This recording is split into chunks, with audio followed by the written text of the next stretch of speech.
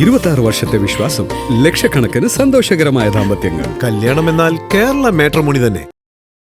Monsoon bumper നറുക്കെടുപ്പ് ഇന്നാണ്. ഉച്ചയ്ക്ക് 2 മണിക്കാണ് നറുക്കെടുപ്പ് നടക്കാനിരിക്കെ മൺസൂൺ ബമ്പർ ഭാഗ്യക്കുറിക്ക് റെക്കോർഡ് വിൽപ്പനയാണ് നടന്നത്. വിവിധ ജില്ലകളിലായി ഇതിനകം 40 ലക്ഷം ടിക്കറ്റുകൾ വിറ്റഴിച്ചതായി ഭാഗ്യക്കുറി വകുപ്പ് ഡയറക്ടർ അറിയിച്ചിട്ടുണ്ട്. ആകെ അച്ചടിച്ച 40 ലക്ഷം ടിക്കറ്റുകളും വിറ്റഴിക്കാൻ സാധിച്ചു. ഏറ്റവും കൂടുതൽ വിൽപ്പന നടന്നത് പാലക്കാട് ജില്ലയിലാണ്. 11,14,500 ടിക്കറ്റുകളാണ് വിറ്റഴിച്ചത്.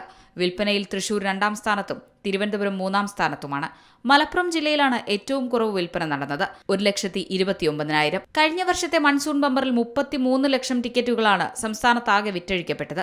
ജില്ലാ ലോട്ടറി ഓഫീസുകളും സബ് ഓഫീസുകളും മുഖേന അംഗീകൃത ഏജൻസികൾ വഴി വിൽപ്പന നടത്തിയ ടിക്കറ്റുകളാണ് നറുക്കെടുപ്പിൽ ഉൾപ്പെടുത്തുക. 10 കോടി രൂപയാണ് 1ാം സമ്മാനം.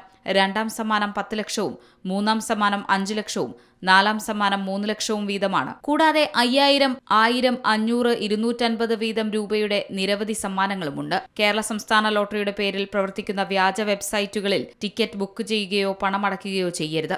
സമ്മാനം ലഭിച്ചു എന്ന പേരിൽ registration fee, processing fee, GST, tax, security deposit തുടങ്ങിയവയ്ക്കായി പണം ആവശ്യപ്പെട്ടാൽ അത് തട്ടിപ്പാണെന്ന് മനസ്സിലാക്കണമെന്ന് നിർദ്ദേശവുമുണ്ട്.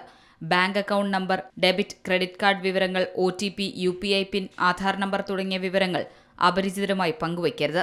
ഓൺലൈൻ തട്ടിപ്പിനിരയായാൽ ഉടൻ 1930 എന്ന സൈബർ ഹെൽപ്പ് ലൈൻ നമ്പറിലോ www.cybercrime.gov.in എന്ന സൈബർ ക്രൈം റിപ്പോർട്ടിംഗ് പോർട്ടലിലോ ബന്ധപ്പെടണമെന്ന് ഭാഗ്യക്കുറി വകുപ്പ് ഡയറക്ടർ മുന്നറിയിപ്പ് നൽകിയിട്ടുണ്ട്.